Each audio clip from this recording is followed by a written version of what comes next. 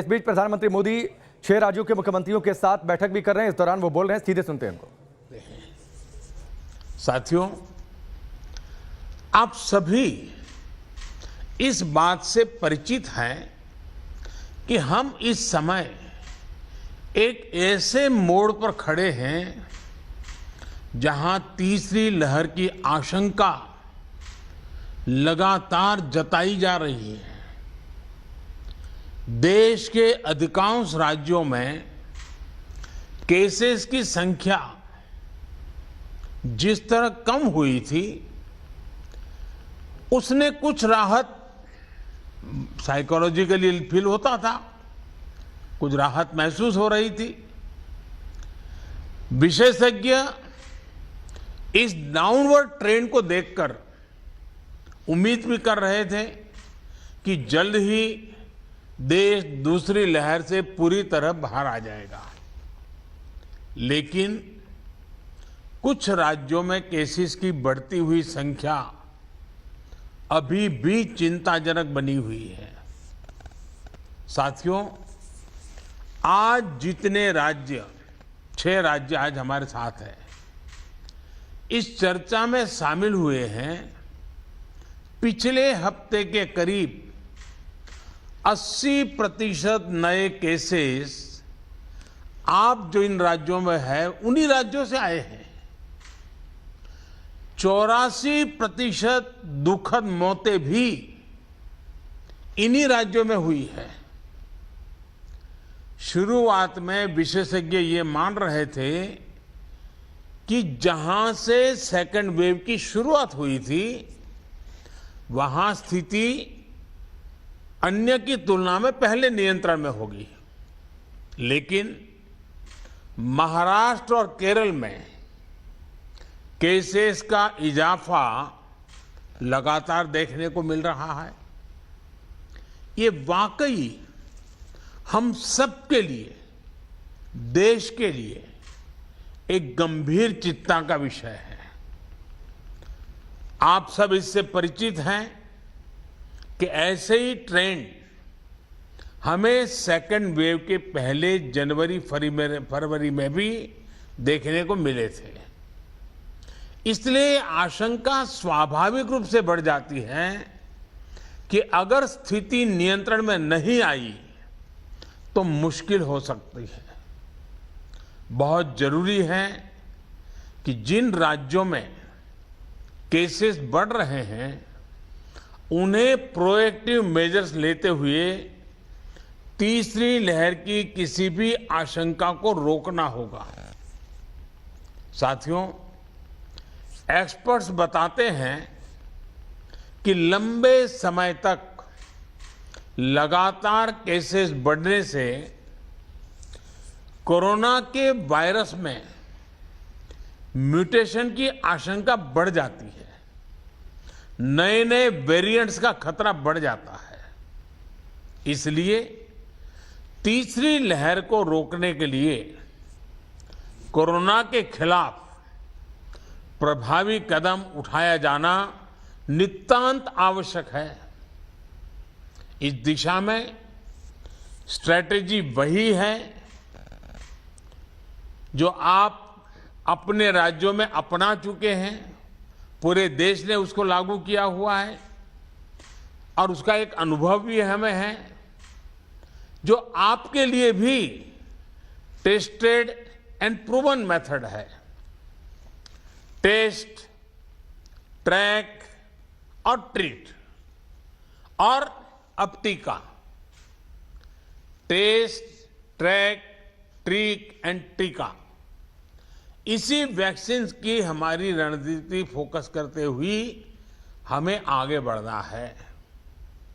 Micro containment zones पर हमें विशेष ध्यान देना होगा। जिन जिलों में पॉजिटिविटी रेट ज्यादा है, जहां से नंबर ऑफ केसेस ज्यादा आ रहे हैं, वहां उतना ही ज्यादा फोकस भी होना चाहिए।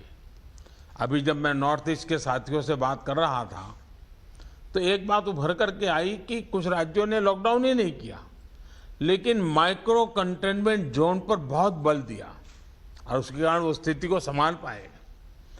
टेस्टिंग में भी ऐसे जिलों पर विशेष ध्यान देते हुए पूरे प्रदेश में टेस्टिंग को ज्यादा से ज्यादा बढ़ाया जाना चाहिए। जिन जिलों में, जिन इलाकों में संक्रमण ज्यादा है, वहां वैक्सीन भी हमारे लिए एक स्ट्रैटेजिक टूल है। वैक्सीन के प्रभावी इस्तेमाल से कोरोना की वजह से उत्पन्न परेशानियों को कम किया जा सकता है। कई राज्य इस समय हमें जो विंडो मिली है उसका इस्तेमाल अपनी आरटी-पीसीआर टेस्टिंग कैपेसिटी बढ़ाने में भी कर रहे हैं। ये भी एक सराहनीय और जरूरी कदम है। ज्यादा से ज्यादा आरटी-पीसीआर टेस्टिंग वायरस को रोकने में काफी प्रभावी हो सकते हैं। साथियों, देश के सभी राज्यों को नए आईसीयू बेड्स बनाने, टेस्टिंग क्षमता बढ़ाने और दूसरी सभी जरूरतों के लिए फंड उपलब्ध करवाया जा रहा है। केंद्र सरकार ने हाल ही में 23,000 करोड़ 23,000 करोड़ रुपए से ज्यादा का इमरजेंसी कोविड रेस्पॉन्स पैकेज भी जारी किया है। मैं चाहूंगा कि इस बजट का उपयोग हेल्थ इंफ्रास्ट्रक्चर को और मजबूत करने के लिए हो। जो भी इंफ्रास्ट्रक्चरल गैप्स राज्यों में हैं, उन्हें तेजी से भरा जाए।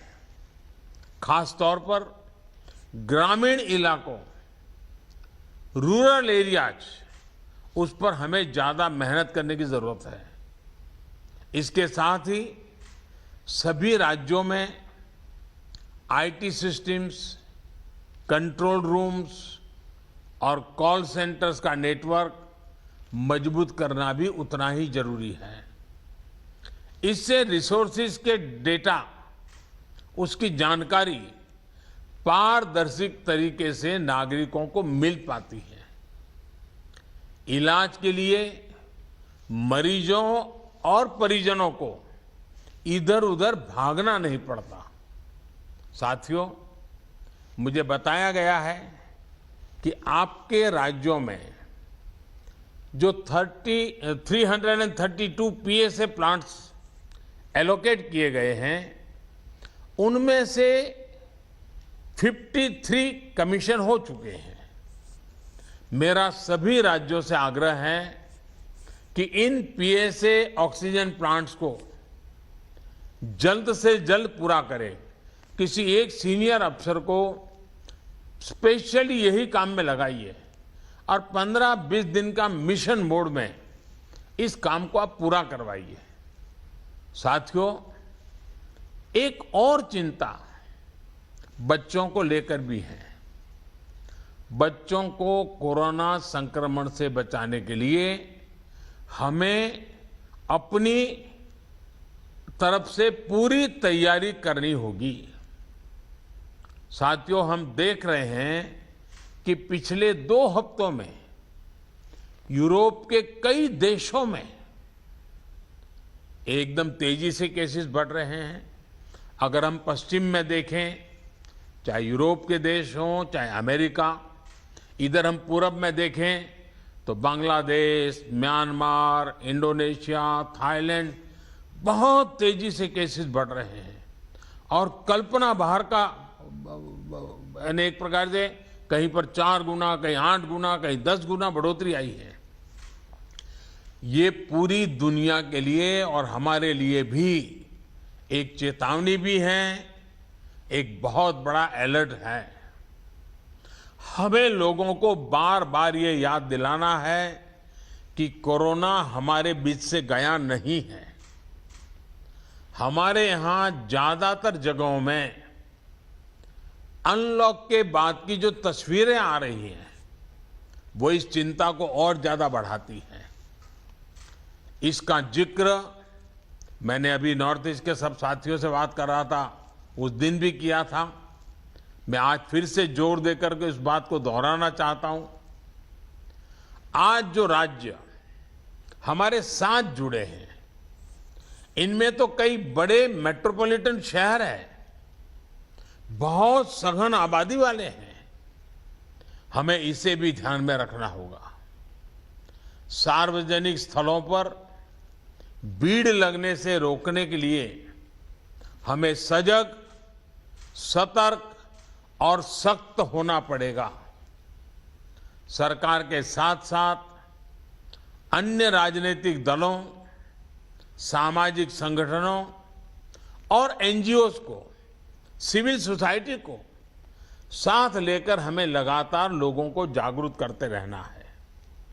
मुझे विश्वास है कि आप सबके व्यापक अनुभव इस दिशा में काफी काम आएंगे। आप सबने इस महत्वपूर्ण बैठक के लिए समय निकाला, इसके लिए आपका बहुत बहुत धन्यवाद।